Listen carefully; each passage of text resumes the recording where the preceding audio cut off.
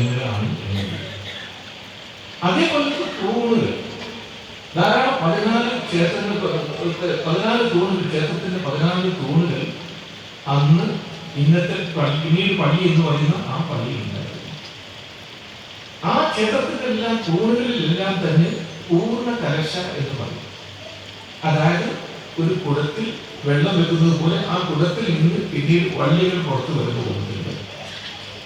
ഇത് അഷ്ടമംഗല ചിഹ്നാസം പറയും. One of the 8 auspicious symbols in English. ആ തരത്തിലുള്ള കൊത്തുപണികൾ ഉണ്ടായിരുന്നു. അതിനുശേഷം പിന്നീട് എക്സ്കവേഷൻസ് നടത്തി.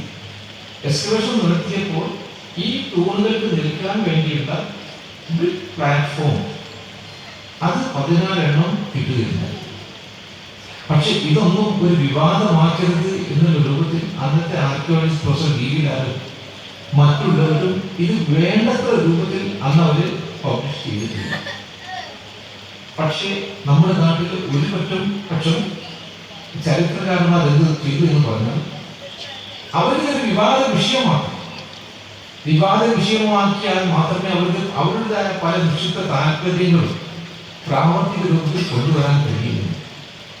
അതിനുവേണ്ടി ഇത് അവിടെ ഒന്നും കിട്ടിയിട്ടില്ല, ഒന്നും കിട്ടാൻ പോകുന്നുമില്ല എന്ന് പറഞ്ഞുകൊണ്ട് ഏതാണ്ട് ഈ പ്രശ്നത്തിൽ പരിഹാരം കാണണം എന്ന് ചിന്തിക്കാൻ തുടങ്ങിയ മുസ്ലിം സമൂഹത്തെ കൂടി മാറ്റി ചിന്തിപ്പിക്കാൻ ഒരു പക്ഷം ചരിത്രകാരന്മാർ മുന്നോട്ട് വരികയും അവരുടെ പരിശ്രമത്തിന് ഫലമായി ഈ പരിഹാരം കാണാൻ പോകുന്ന ഒരു പ്രശ്നം പരിഹാരം കാണാൻ വരാത്ത രൂപത്തിൽ മാറ്റപ്പെടുകയും ചെയ്തു. അവർ പറഞ്ഞു, ഇവിടെ യാതൊരു തെളിവുകളും ഇതേവരെ കിട്ടിയിട്ടില്ല, കിട്ടിയിരുന്നെങ്കിൽ ഇത് പബ്ലിഷ് ചെയ്യേണ്ടിയിരുന്നു, അവർ പബ്ലിഷ് ചെയ്തിട്ടില്ല. അതുകൊണ്ട് രണ്ടാമത് എക്സ്കവേഷൻ നടത്തിയാലും അവർക്കൊന്നും കിട്ടാൻ പോവുകയില്ല, നിങ്ങൾ ധൈര്യപൂർവ്വം നിന്നോളൂ എന്ന് പറഞ്ഞുകൊണ്ട് മുസ്ലിം പക്ഷത്തെ ശക്തമാക്കിയത് ഒരു പക്ഷം ഇടത് ചരിത്രകാരന്മാരായിരുന്നു.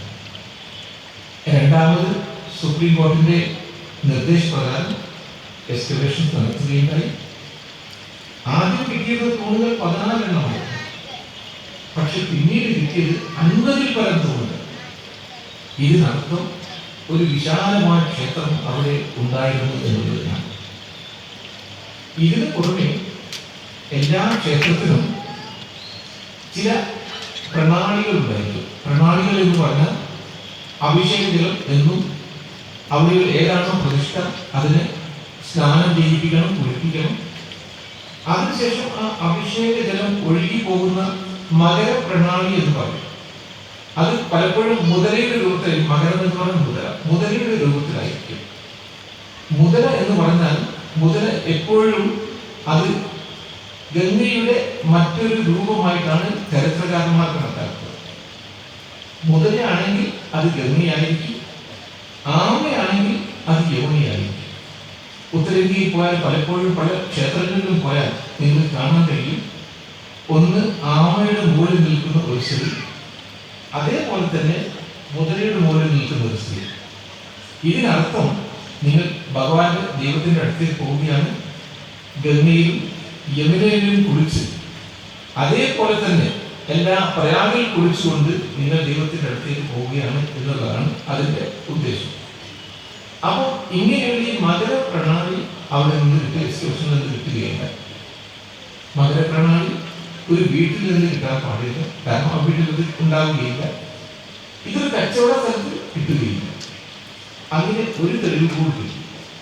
ഇതിന് പുറമെ ഉത്തരേന്ത്യയിലെ ക്ഷേത്രങ്ങളിൽ പോയി നോക്കിയാൽ പലപ്പോഴും കാണാൻ കഴിയും, ക്ഷേത്രത്തിന്റെ ശിഖര എന്ന് പറയുന്നത് പോർഷൻ അത് എപ്പോഴും ഉയരത്തിൽ ഇങ്ങനെ പോയിക്കൊണ്ടിരിക്കും. ശിഖര എന്ന് പറയും.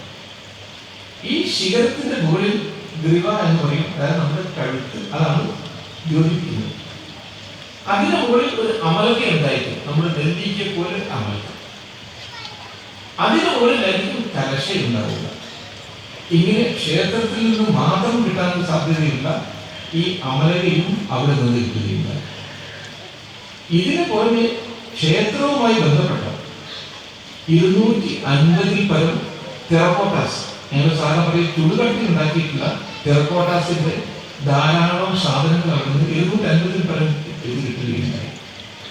പിന്നീട് ഏറ്റവും വലിയ തെളിവായിട്ടുണ്ടായിരുന്നത് വിഷ്ണു ഹരി ശിലാഫലകം എന്ന് പറയുന്ന ഒരു ഇൻസ്ക്രിപ്ഷൻ. വിഷ്ണു ഹരി ശിലാഫലകം എന്ന് പറയുന്ന ഒരു ഇൻസ്ക്രിപ്ഷൻ, ആ ഇൻസ്ക്രിപ്ഷനിൽ വളരെ കൃത്യമായി പറയുന്നത് 12-ാം നൂറ്റാണ്ടിൽ ഞങ്ങൾ ഇത് രാമന്റെ കാലം വളരെ പഴയതാണെന്ന് ചിലപ്പോൾ മതത്തിന്റെ ആളുകൾ പറഞ്ഞാലും ഞങ്ങൾ അതൊന്നും വിശ്വസിക്കുകയില്ല. 12-ാം നൂറ്റാണ്ടിൽ 12-ാം നൂറ്റാണ്ടിൽ വിഷ്ണുവിന്റെ ഒരു ക്ഷേത്രം അവിടെ ഉണ്ടായിരുന്നു എന്നുള്ളതിന് ഒരു ശിലാഫലകവും അവിടെ നിന്ന് കിട്ടുകയുണ്ട്. ഇതിന്റെ അടിസ്ഥാനത്തിലാണ് ഡോക്ടർ BR മണി അതേപോലുള്ള പ്രമുഖ ചരിത്രകാരന്മാരും ആർക്കിയോളജിസ്റ്റുകളും ക്ഷേത്രത്തിന്റെ ഈ പള്ളിയുടെ മുമ്പ് ക്ഷേത്രത്തിന്റെ അവശിഷ്ടങ്ങൾ അവിടെ ഉണ്ടായിരുന്നെന്നും അതുകൊണ്ട് തന്നെ ഈ ക്ഷേത്രം ഉണ്ടായിരുന്ന തെളിവുള്ളതിന്റെ അടിസ്ഥാനത്തിൽ ഈ ക്ഷേത്രത്തിന് വേണ്ടി പള്ളി വിട്ടുകൊടുക്കണം എന്നും പറഞ്ഞിരുന്നത്. ഇത് മറ്റേ ഗ്രൂപ്പും, അതായത് വഖഫ് ബോർഡും ഇത് സമ്മതിച്ചിരുന്നു. ഏതെങ്കിലും ക്ഷേത്രത്തിന്റെ ഏതെങ്കിലും ഭാഗങ്ങൾ അവിടെ നിന്ന് എക്സ്കവേഷൻ കിട്ടിയാൽ അത് തരാൻ തയ്യാറാണെന്ന് വഖഫ് ബോർഡും ആദ്യം തന്നെ കമ്മിറ്റ് ചെയ്തിരുന്നു. ഇങ്ങനെയാണ് എക്സ്കവേഷനിൽ നിന്നുള്ള തെളിവുകൾ ഉണ്ടായി കിട്ടിയത്. ഇതിന് പുറമെ ഈ എക്സ്കവേഷൻസ് വളരെയധികം നിഷ്പക്ഷമായിരിക്കും. ആരും തന്നെ കൃത്രിമമായി ഒന്നും ചെയ്യാൻ പാടില്ല. അതിനുവേണ്ടി 157 ജോലിക്കാര് ജോലി ചെയ്ത 157 ആളുകൾ 47 ആളുകൾ മുസ്ലിങ്ങളായിരുന്നു. കാരണം ആ അനുവാദം സൂക്ഷിക്കണം, അതല്ലെങ്കിൽ പിന്നീട് ആളുകൾ പലതും പറഞ്ഞേക്കാം. ഇതിന് പുറമെ ഒന്ന് മുസ്ലിം വഖഫ് കമ്മിറ്റിയുടെയും അതേപോലെ തന്നെ ആർക്കിയോളജിക്കൽ സർവേ ഓഫ് ഇന്ത്യയുടെയും പ്രശസ്തരായ 2 ടീമുകൾ ഇതിന്റെ ഓരോ പരിപാടിയും ഓരോ മൺതരിയും മാറ്റുമ്പോൾ അവിടെ നിന്നിട്ടുണ്ടായിരുന്നു. ഇതിന് പുറമെ അന്ന് ഒരു ജുഡീഷ്യൽ മജിസ്ട്രേറ്റ്, കാരണം കാര്യങ്ങൾ ആരും പിന്നീട് വിവാദങ്ങളാക്കാൻ പാടില്ല, ഒരു ജുഡീഷ്യൽ മജിസ്ട്രേറ്റ് അതിനുവേണ്ടി അവിടെ തന്നെ ഓൺ ദ സൈറ്റ് ഉണ്ടായിരുന്നു. ഇങ്ങനെയുള്ള എക്സ്കവേഷൻസിന്റെ അടിസ്ഥാനത്തിലാണ് പള്ളിയുടെ മുമ്പ് അവിടെ ഒരു അമ്പലം ഉണ്ടായിരുന്നു എന്ന് ആർക്കിയോളജിക്കൽ സർവേ ഓഫ് ഇന്ത്യ സ്ഥാപിച്ചിരുന്നത്. ഇത് ആർക്കിയോളജിക്കൽ തെളിവുകളാണ്. മറ്റൊരു വശം നോക്കിയാൽ സാധാരണ മുസ്ലിങ്ങൾക്ക് മക്കയും മദീനയും എത്രമാത്രം പ്രാധാന്യമുള്ളതാണ്, അത്രമാത്രം പ്രാധാന്യമുള്ളതാണ് ഒരു സാധാരണ ഹിന്ദുവിന് അയോധ്യയും കൃഷ്ണജന്മസ്ഥാനവും ബാക്കിയുള്ള സ്ഥാനങ്ങളൊക്കെ. ഒരു 3 പ്രധാനപ്പെട്ട സ്ഥലങ്ങൾ. ഞാൻ നിങ്ങളെപ്പോലെ വളരെ ആത്മസംയമനം പാലിക്കുന്ന പഠിപ്പും വിവരവുമുള്ള ഹിന്ദുക്കളെ കുറിച്ചല്ല പറയുന്നത്. ഞാൻ എൻ്റെ ജീവിതകാലം മുഴുവനും ചെലവഴിച്ചിട്ട് നല്ലൊരു ശതമാനം ചെലവഴിച്ചിട്ടുള്ള നോർത്ത് ഇന്ത്യയിലാണ്, UP, ബീഹാർ ഭാഗങ്ങളിലാണ്. എനിക്കറിയാം അവിടെ എത്രയോ ദൂരത്തുനിന്ന്, ചിലപ്പോൾ 1000-2000 കിലോമീറ്റർ ദൂരത്തുനിന്ന് ശ്രീരാം ലാല എന്നാണ് അവർ പറയുക, ഒരു നോക്ക് കാണാൻ വേണ്ടി വസ്ത്രമില്ലാതെ പാദരക്ഷയില്ലാതെ, വസ്ത്രം പാദരക്ഷ ഇല്ല എന്ന് പറയാൻ നമുക്കതൊരു വലിയ പ്രശ്നമായിരിക്കും. പക്ഷേ ഉത്തരേന്ത്യയിലെ കൊടും ചൂടിലും കൊടും തണുപ്പിലും വേണ്ടപത്ര വസ്ത്രങ്ങൾ ഇല്ലെങ്കിൽ ആളുകൾ മരിച്ചു പോകും. ഇതൊന്നും തന്നെ ഗൗനിക്കാതെ വെറും ശ്രീരാം ലാലയെ ഒരു നോക്കി കാണാൻ വേണ്ടി എത്രയോ ദൂരത്തുനിന്ന് കാൽനടയായി വരുന്ന സാധാരണ ജനങ്ങളുണ്ട്. അവരുടെ വികാരം മനസ്സിലാക്കാൻ വേണ്ടി നാം ശ്രമിക്കുന്നു. ഇത് നേരെ മറിച്ചായിരുന്നു. ഞാൻ പലപ്പോഴും പല മുസ്ലിം സംഘടനകളിലും പോയി ഈ ചോദ്യങ്ങൾ ചോദിച്ചിട്ടുണ്ട്. ശരിക്ക് ഹിന്ദു രാഷ്ട്രം നമ്മുടെ ഭാരതത്തിന് സ്വാതന്ത്ര്യം കിട്ടി. സ്വാതന്ത്ര്യം കിട്ടിയതിനു ശേഷം ന്യൂനപക്ഷമായ മുസ്ലിങ്ങൾക്ക് ഒരു രാജ്യം നൽകുകയും ചെയ്തു. അതിനുശേഷവും വേണമെങ്കിൽ നമുക്കിതൊരു ഹിന്ദു രാഷ്ട്രമായി പ്രഖ്യാപിക്കാമായിരുന്നു.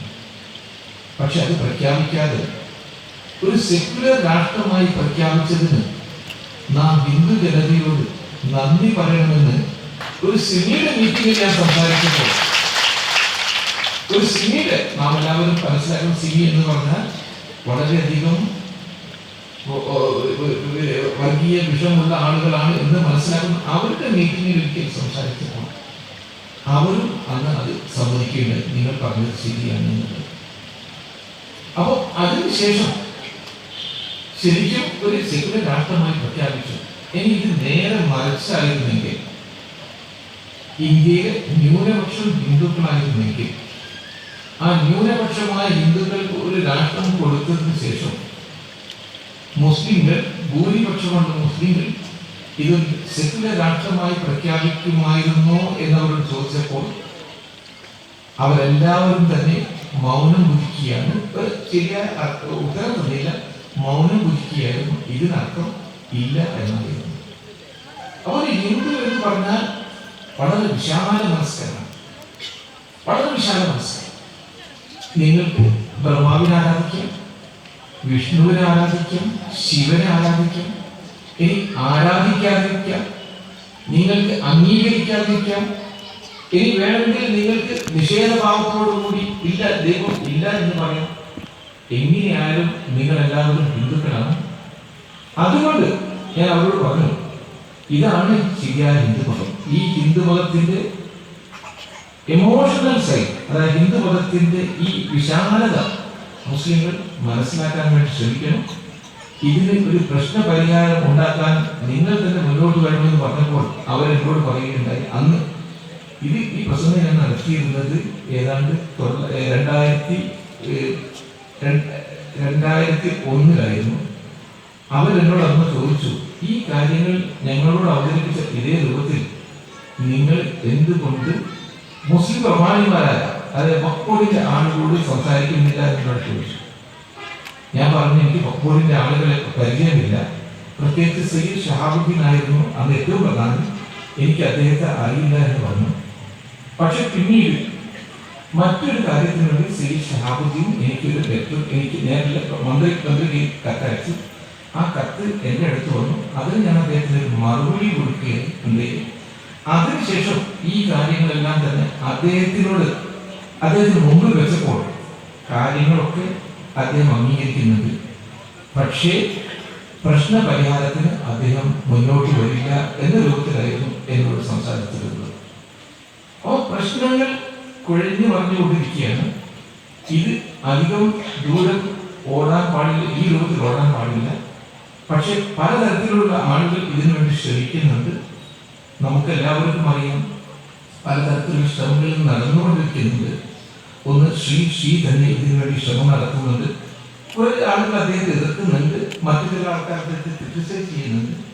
പക്ഷെ ഏറ്റവും നല്ല കാര്യം എന്ന് പറഞ്ഞാൽ മുസ്ലിം കൂട്ടത്തിൽ ഷിയ വഖഫ് ഈ പ്രശ്നം പരിഹരിക്കണമെന്നും പ്രശ്നം പരിഹരിച്ചുകൊണ്ട് അവിടെ ക്ഷേത്രത്തിന് മാത്രം വിട്ടുകൊടുക്കണമെന്നും മുസ്ലിങ്ങൾക്ക് ദൂരെ എന്ന് പറഞ്ഞാൽ ഫൈസാബാദിലല്ല, അയോധ്യയിലല്ല, ലക്നൌവിലുള്ള പള്ളിക്ക് വേണ്ടി സ്ഥലം കൊടുത്താൽ ഈ പ്രശ്നം പരിഹരിക്കാൻ ഞങ്ങൾ തയ്യാറാണെന്ന് പറഞ്ഞുകൊണ്ട് ഷിയ വഖഫ് മുന്നോട്ട് വന്നിട്ടുള്ളത് ഒരു വലിയ മാറ്റത്തിന്റെ നാന്ദിയായിട്ടാണ് എന്നെ പോലുള്ളവർ മനസ്സിലാക്കുന്നത്.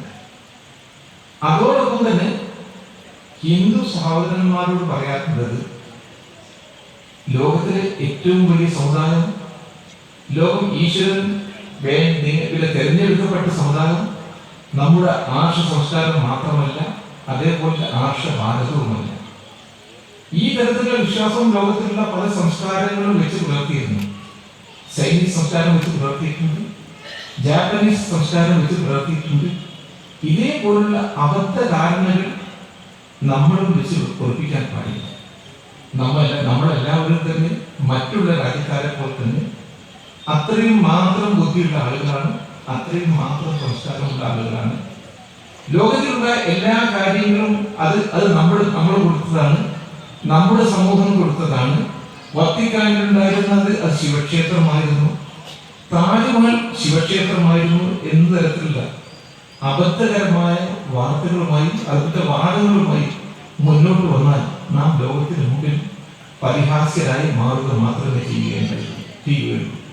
ഈയിടെ താജ്മഹലിന്റെ പല പ്രശ്നങ്ങളും വരികയുണ്ടായി. പലരും സംസാരിച്ചു, എന്നോടും ചില ആളുകൾ സംസാരിച്ചു. ഞാനതിന് മാതൃഭൂമിയിലെ ഒരു ലേഖനവും മാതൃഭൂമി പത്രത്തിൽ ഒരു കുറിപ്പും എഴുതിയിരുന്നു.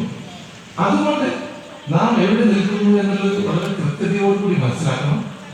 നമ്മുടെ ഇതിഹാസ പുരാണങ്ങളെയും ശാസ്ത്രീയമായ അടിസ്ഥാനത്തിൽ മനസ്സിലാക്കണം. നിങ്ങൾ പറയുകയാണ് മഹാഭാരതം അതല്ലെങ്കിൽ രാമായണം 2 ലക്ഷം കൊല്ലം മുമ്പാണ് അല്ലെങ്കിൽ 1 ലക്ഷം കൊല്ലം മുമ്പാണ് എന്ന് പറഞ്ഞാൽ ഒരു ആർക്കിയോളജിസ്റ്റ് വിശ്വസിക്കുകയില്ല.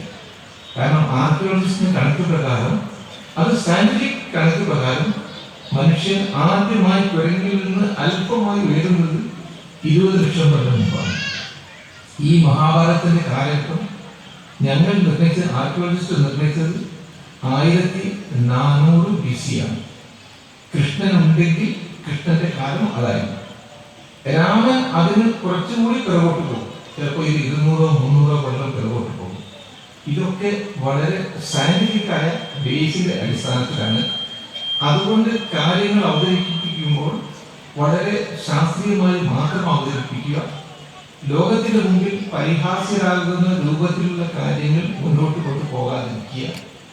നമ്മുടെ രാഷ്ട്രത്തിന് ഇതൊന്നുമല്ലാതെ നമ്മുടെ വേദങ്ങൾ, നമ്മുടെ ഉപനിഷത്തുകൾ, പ്രത്യേകിച്ച് ഞാൻ അടിവരയിട്ട് പറയും ഉപനിഷത്തുകൾ, ഇത് ലോകം ഇന്ന് മനുഷ്യ ചിന്തയുടെ ഏറ്റവും ഉദാത്തമായ അവതരണമായിട്ടാണ് കണക്കാക്കുന്നത്. മനുഷ്യ ചിന്തയുടെ ഏറ്റവും ഉദാത്തമായ അവതരണമായിട്ടാണ് നമ്മൾ ഉപനിഷത്തിനെ കണക്കാക്കുന്നത്. സർവേ ഭവന്തു സുഖിനഃ സർവേ സന്തു നിരാമയാഃ സർവേ ഭദ്രാണി പശ്യന്തു മാ കശ്ചിദ് ദുഃഖഭാഗ്. ഇത്തരത്തിലുള്ള ഒരു സന്ദേശം ലോകത്തിൽ മറ്റേതെങ്കിലും രാജ്യത്തിനോ മതങ്ങൾക്കോ നൽകാൻ കഴിഞ്ഞിട്ടുണ്ടോ? ഇല്ല. ഇതുകൊണ്ടാണ് ധാരാളം ഫിലോസഫേഴ്സ് ഹിന്ദു മതത്തിലേക്ക് ആകർഷിച്ചു വന്നിരിക്കുന്നത്. ധാരാളം ആളുകൾ, 1, 2, 3 പേരല്ല, ഇതൊന്നും ഇവിടെ കാണുന്നത്. ജർമ്മനിയിലുള്ള ധാരാളം ആളുകൾ, നമ്മുടെ ഒബാമ തന്നെ അതിന്റെ തലമുറയിൽപ്പെട്ട ഇങ്ങനെ മതം മാറി എന്ന് പറഞ്ഞാൽ മനുഷ്യമതം. അടുത്ത കാലത്ത് അടുത്ത ലോകത്തിൽ ഒരു മനുഷ്യ മതമുണ്ടെങ്കിൽ ആ മനുഷ്യമതം ഹിന്ദു മതമാണ് എന്നാണ് ഇവരുടെ എല്ലാവരുടെയും അഭിപ്രായം. അങ്ങനെയുള്ള ആളുകൾ ഹിന്ദു മതത്തിലേക്ക് ആകർഷിക്കപ്പെട്ടിട്ടുള്ളത് ഇതിന്റെ നമ്മുടെ ഉപനിഷത്തുകളുടെയും നമ്മുടെ വേദങ്ങളുടെയും അടിസ്ഥാനത്തിലാണ്. അത് ചെറിയ ഇടുങ്ങിയ ചിന്തകളിൽ ചുരുക്കിയിടാൻ ഏതെങ്കിലും ഹിന്ദു മതത്തിലെ തന്നെ കുറെ എക്സ്ട്രീമിസ്റ്റ് ഗ്രൂപ്പ് പോകുന്നുണ്ടെങ്കിൽ അതിനെ തടുക്കുകയും ഇത് പാടില്ല, ഇത് ശാസ്ത്രീയമല്ല, ഇത് അംഗീകരിക്കാൻ പാടില്ല എന്ന് അവരോട് പറയാനും നമുക്ക് കഴിയണം. ഈ കഴിയുന്നതിനോടൊപ്പം തന്നെ പണ്ടൊക്കെ നമ്മുടെ നാട്ടിൽ ഹിന്ദു മുസ്ലിം ഐക്യം ധാരാളം ഉണ്ടായിരുന്നു. പക്ഷെ ഇന്ന് കാലാന്തരത്തിൽ മാറിക്കൊണ്ട് നിൽക്കുകയാണ് എന്ന് പലപ്പോഴും തോന്നുന്നു. ഇന്ന് നമ്മുടെ ബന്ധമുണ്ടെങ്കിൽ അത് ആത്മീയ ബന്ധമല്ല, അത് സോഷ്യൽ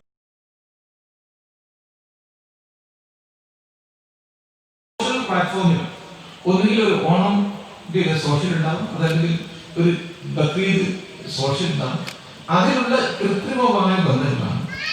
ഇത് മാറ്റിക്കൊണ്ട് ഒരു ആത്മീയ ബന്ധം, പഴയ കാലത്തുണ്ടായിരുന്ന ആത്മീയ ബന്ധം രണ്ടാമതും കൂട്ടി ഘടിപ്പിക്കാനും ഇതേപോലുള്ള നമ്മുടെ സംസ്കൃതിയെ പോലുള്ള അതേപോലെ മുസ്ലിങ്ങളുടെ ഭാഗത്തുള്ള സുന്നി സംഘടനകൾ ധാരാളമുണ്ട്, ജമാഅത്തിന്റെ ധാരാളം സംഘടനകൾ. ഈ സംഘടനകളൊക്കെ ഒന്നിച്ച് മുന്നോട്ട് വന്നാൽ മാത്രമേ നമുക്ക് നമ്മുടെ രാഷ്ട്രം ഒരു സുശക്തമായ രാഷ്ട്രമാക്കി മാറ്റാൻ കഴിയുകയുള്ളൂ.